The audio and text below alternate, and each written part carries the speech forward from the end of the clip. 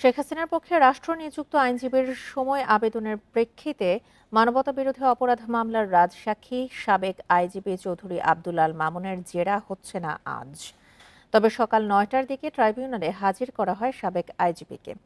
এর আগে মঙ্গলবার আন্তর্জাতিক অপরাধ ট্রাইব্যুনাল ১-এ রাজসাক্ষী হিসেবে সাক্ষ্য দেওয়ার সময় জুলাই অগাস্টের গণহত্যার দায় স্বীকার করে নিহত আহতদের পরিবার, দেশবাসী ও ট্রাইব্যুনালের কাছে ক্ষমা চান তিনি।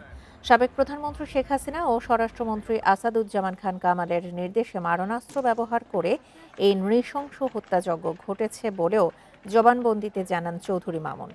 তিনি দাবি করেন, আন্দোলনে এত নৃশংসতার বিষয়ে তখন তার ধারণা ছিল না। ছাত্র জনতার উপর পুলিশের গুলি করে হত্যার পর মরদেহ পোড়ানো এবং আহতদের চিকিৎসায় বাধা দেওয়ার মতো অমানবিক ঘটনায় তিনি মর্মাহত, লজ্জিত ও অনুতপ্ত বলেও ট্রাইব্যুনালকে জানান।